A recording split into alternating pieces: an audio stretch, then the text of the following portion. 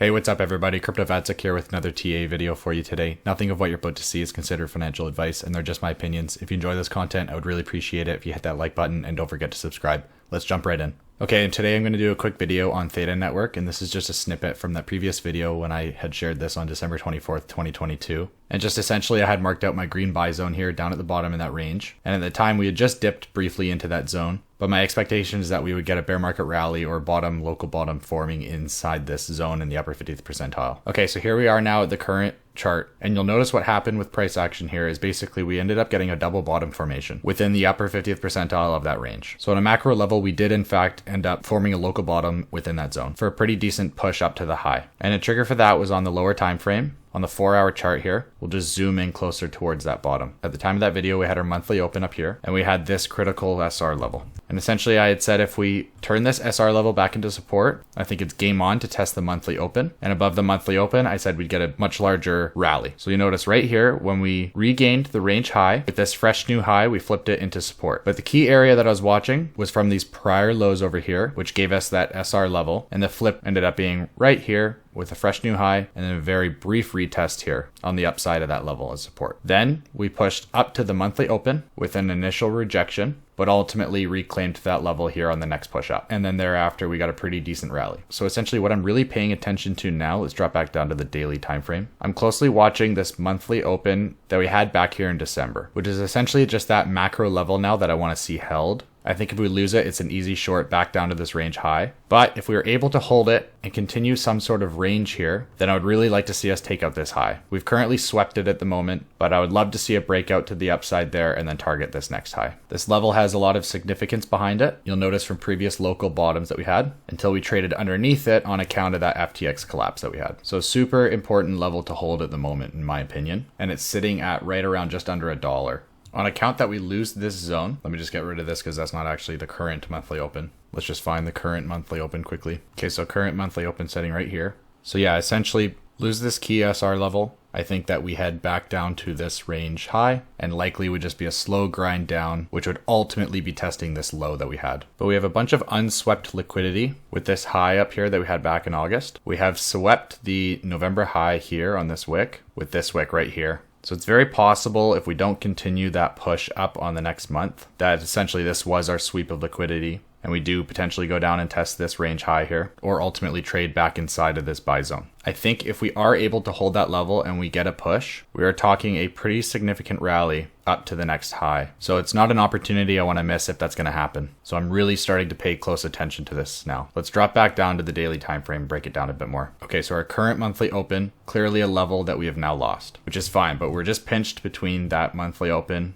and this key SR level that I want to see held. I would like to see a strong reaction somewhere here soon, at least for a push back up to that monthly open. So maybe one more wick to take out the low and then a deviation below that SR level with a quick reclaim. That would be a trigger for a long opportunity for me, targeting back up to the monthly open up here. And then from there, we'll have to see if we're able to hold some sort of bullish structure for a push higher. The vice versa would just be basically a bearish retest of the monthly open, back down to this low, creating a bearish structure, which then breaks to the downside. So that's what I mean when I say it really depends what happens over here after we get any kind of push up, which I am anticipating soon. We just take our fib from the low to the high. The 618 lines up nicely with that SR level. So potentially that's where we see our bounce. But truthfully, this is really our only first attempt since arguably way back here in April at trying to reclaim the exponential moving averages, the 100 and 200 EMAs right here and right here, which we had a failure to flip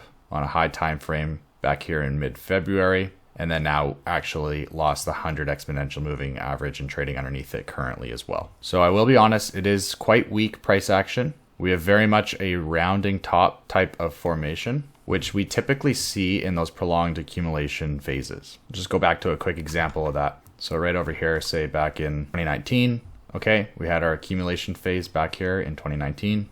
We had what looked to be a bottom with impulsive like legs pushing up to the high, which ended up just being a rounding top formation, a higher low forming here from this lower low with another rounding top formation to a new low. But zooming out in the grand scheme of things, this just ended up being essentially that accumulation zone. We will ignore the COVID crash here at the moment.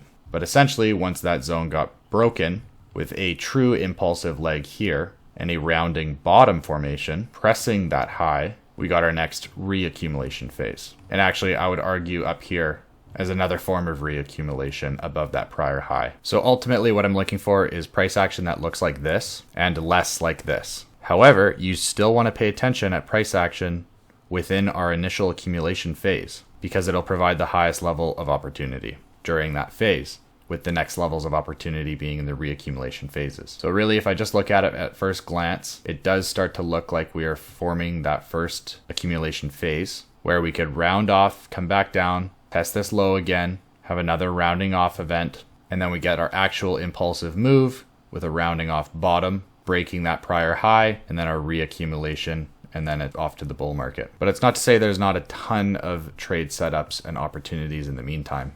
It's just a little bit more difficult. So I'm willing to identify my invalidation zones, take on some risk if I do see a setup, ensuring that I cut those trades, and of course continuously evaluate in case that trend does shift. If you're looking at it from a long-term perspective and looking to accumulate, I would just be dragging my ideal buy zone over and looking for opportunities to accumulate within that zone. Keeping in mind that we could still potentially make a lower low. If this is really bearish and Bitcoin's not done making its next leg down, alts are going to bleed. We're going to test this low and likely even test the equilibrium of this prior range that we had, testing the lows from this consolidation over here, which would be the low of my buy zone, because it's very much possible. People say certain prices aren't possible. Those are people that are entering their first bear market, in my opinion.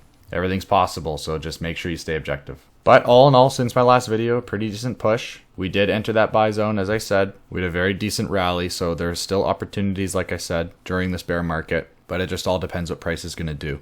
Let's drop down to the 4 hour quickly again. Maybe just drill into this a bit further. Okay, so yeah, currently pretty harsh rejection. What I do like is that we've now swept these lows with this low right here.